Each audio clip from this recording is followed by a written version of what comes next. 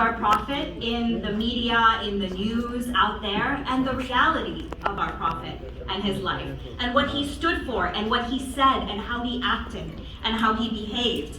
And it is a disconnect that I think it's fueled by a lot of factors. I think there are people outside the religion who are invested in portraying this negative image of our Prophet. But I also think sometimes we as Muslims don't often convey the mercy and the peace and the kindness of our Prophet.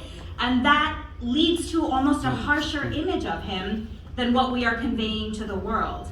And so I really believe actually a lot of times my students will come into the classroom, and one of the first things I always ask them is, I want you to tell me really what is it that you have heard about the Prophet, and what is your impression about the Prophet? And then when you leave here, perhaps that impression will change. And just through reading history, reading the Quran, they leave class themselves just learning about the life of Prophet. How very sad it is, right? That the perception of the Prophet Muhammad sallallahu alaihi wasallam, how in some ways that message of a man who was sent to be a mercy to mankind is not appreciated in that way. So I often tell them maybe one of the reasons, and they will say this to me, that they maybe have this disconnect, is they think perhaps that somebody who lived so many hundreds of years ago, right, over 1,000 years ago, in one corner of Arabia, maybe doesn't have anything to say to us now, right? We live in a complex age and a diverse age. But what I want to, say a few things about today is to think about the world in which our Prophet lived and existed, and how that tells us about our world today. Because the reality is that the Prophet actually lived also in a fairly diverse world. And we don't think about that often, right? Because we tend to focus our understandings, our stories, our narratives about Makkah and Medina, the holiest cities, to us. But the Prophet's world was bigger than this, much bigger than this. We talk about how the Prophet engaged in trade, right? He was a merchant. And there is a kind of multiculturalism, a diversity in the Prophet's life, and in the Quran, present in the Quran, that teaches us today how to interact with different peoples and appreciate different peoples.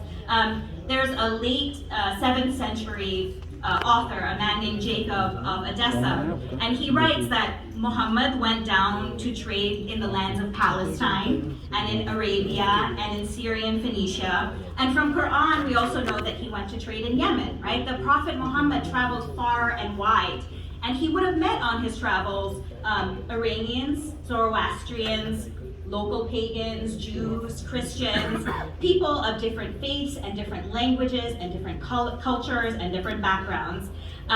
He would have met all kinds of people on his trades. And even as a leader of a growing community, right, as the Muslim community was growing and becoming stronger, he met different kinds of people. And what we actually see in the Prophet's life, in the stories about his life and in the Quran, is an embrace of differences, an embrace of diversity. The Quran in Surah 30, ayah number 22, says, "And among his signs is the creation of the heaven and the earth, and the variety of your languages and complexions. Surely in that are signs for all living beings." In Surah 49, verse number 13, which I think many of us know, "O mankind, we created you from a single pair of male and female, and made you into nations and tribes, so that you might know each other.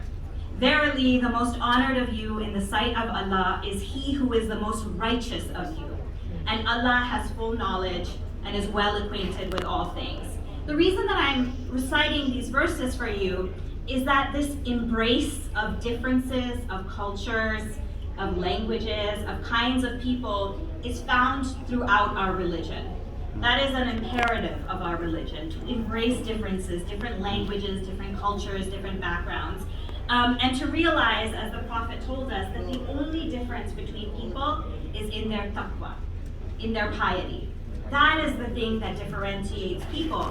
But the point is that diversity is seen as a sign of Allah's greatness. it is a blessing to us. And that we measure, right, a person's worth in their piety, not in their color or in their background or in their race or in their gender.